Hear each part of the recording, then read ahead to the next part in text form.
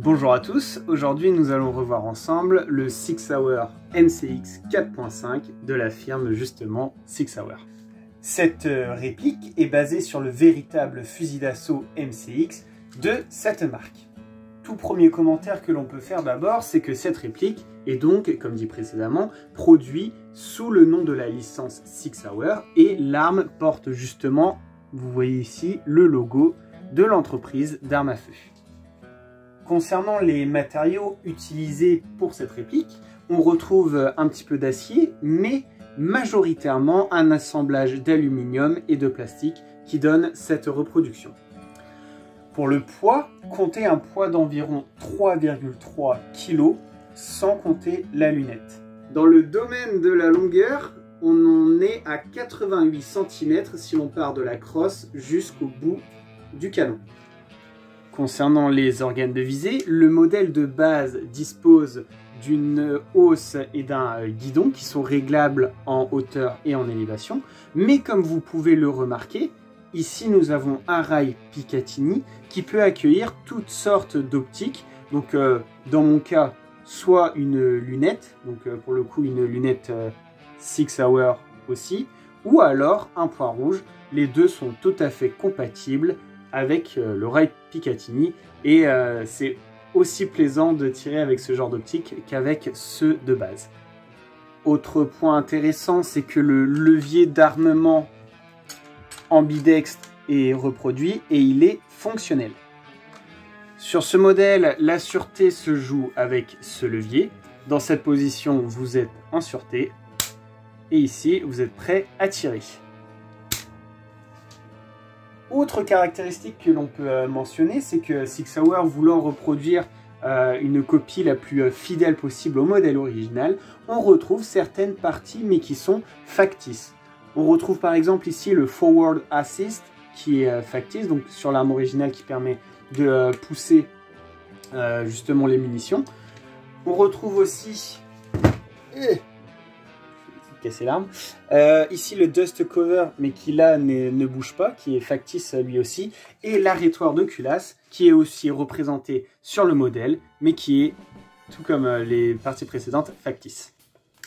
Dans le domaine de la puissance, sur les différents sites où j'ai pu me renseigner, on atteint plus une puissance de 5 joules, même si vous pourrez trouver sur certains sites que on pourrait atteindre une puissance de 8 joules, mais je n'y crois pas trop. Je pense que 5 joules est quand même la valeur plus réelle et véritable de ce modèle. Alors, concernant l'achat, pour le coup, je ne me suis pas fourni via un site distributeur.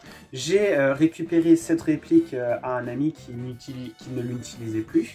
Mais si ça vous intéresse, je mettrai des sites de distributeurs dans la description, et pour ne citer que les plus connus, je sais que Armurerie Loisirs et Armurerie Auxerre fournissent ce modèle. Vous pourrez le retrouver dans des couleurs différentes, je sais qu'il existe en noir, et faites aussi attention lors de votre achat avec quelle optique il est livré. Par exemple, moi mon ami avait mis une lunette dessus, j'ai donc récupéré la lunette, mais je sais qu'il y a des packs où c'est un point rouge qui est distribué avec le modèle, donc c'est à vous de vous renseigner concernant ce point-ci. Comme dit précédemment, on atteint une puissance inférieure à 20 joules et ce qui classe cette arme en catégorie D. Il vous faudra donc pour l'acquérir montrer votre carte d'identité attestant de votre majorité et vous n'aurez pas d'autres documents à fournir pour vous procurer cette réplique. On va se retrouver dans une seconde partie pour parler un peu plus en détail du fonctionnement de ce modèle.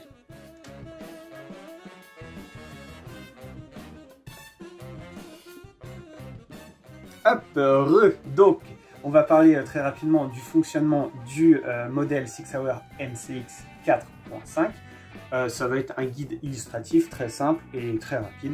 On ne va pas rentrer dans des détails très importants. Donc, comme toutes les armes présentées sur la chaîne, nous sommes en présence d'une arme à air comprimé. Et pour le coup, l'air comprimé est une cartouche de 88 grammes qui vient se loger dans la crosse. Pour avoir accès à l'emplacement du CO2, on appuie sur ce bouton de la crosse et on vient retirer hop, la crosse. Et là, on voit donc que j'ai déjà une cartouche de 88 grammes d'installée. Oui, ce n'est pas terrible de garder ces airguns avec une cartouche percutée, mais là, pour le coup, on y reviendra plus tard. Épuiser ça, là, en une session, c'est un peu compliqué. Et je tirerai plus tard. Bref.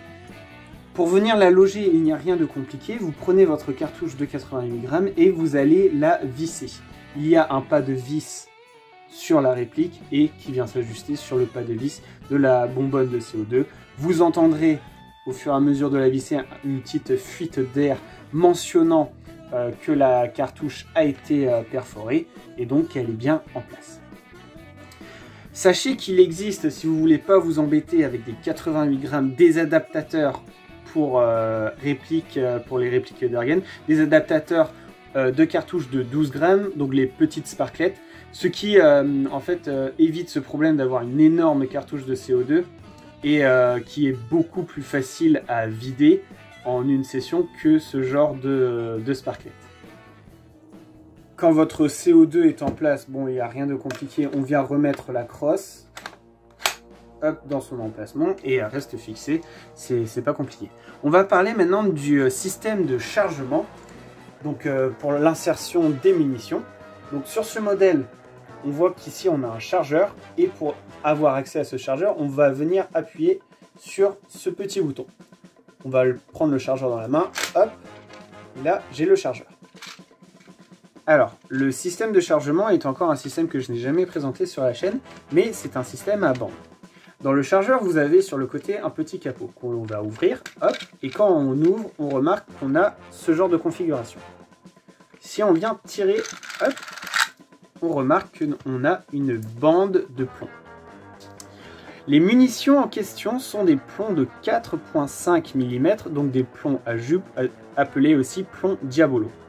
Dans ce cas précis, il est recommandé d'utiliser des plombs plats pour éviter que le mécanisme en fait se bloque à cause de, je sais pas, de pointe par exemple si on tirait des plombs à pointe. Cette bande peut contenir 30 plombs.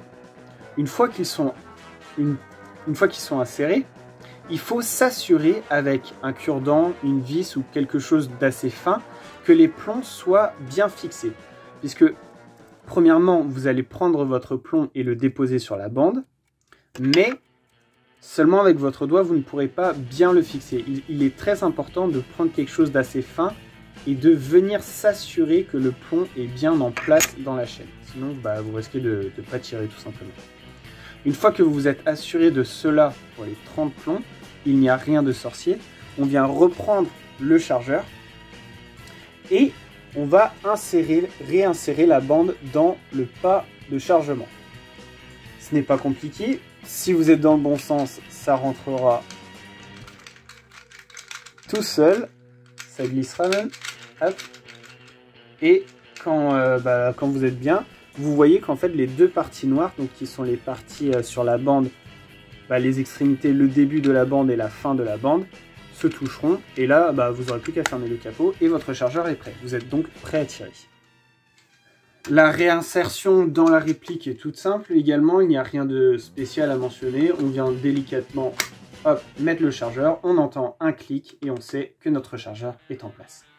Comme mentionné dans la partie 1 de la vidéo, pensez une fois que votre chargeur est en place à tirer le levier d'armement vers l'arrière pour armer le CO2. Donc à ce stade, vous avez votre CO2 dans la croche et vos munitions dans le chargeur. Il ne vous reste plus qu'à enlever la sûreté pour justement tirer. Pour rappel, la sûreté se joue avec ce levier. Si on l'envoie vers le bas, un point rouge apparaît ici, vous êtes prêt à tirer. Et donc vous pouvez aligner vos cibles. Ce modèle ne dispose pas de mode automatique, ce n'est donc qu'un modèle semi-automatique. À chaque pression sur la gâchette, un plomb partira. Une fois votre session de tir, pensez simplement à revenir en sûreté. Je pense avoir fait le tour de ce modèle MCX 4.5 de Six Hour. Et pour avis personnel, je trouve que c'est une réplique très esthétique. La reproduction du fusil d'assaut est, je trouve, très bien réussie, avec l'ajout notamment des parties factices pour ajouter toujours au réalisme. Concernant le tir en lui-même, c'est vraiment un plaisir de l'utiliser en plinking, c'est-à-dire en tir sur canette.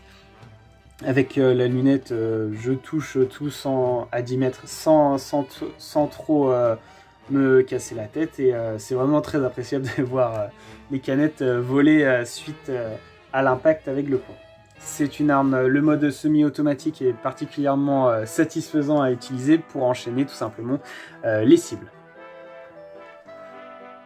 C'est un modèle qui conviendra particulièrement aux utilisateurs cherchant une réplique moderne d'armes à air comprimé et surtout avec une cadence de feu, une cadence de tir plutôt assez élevée.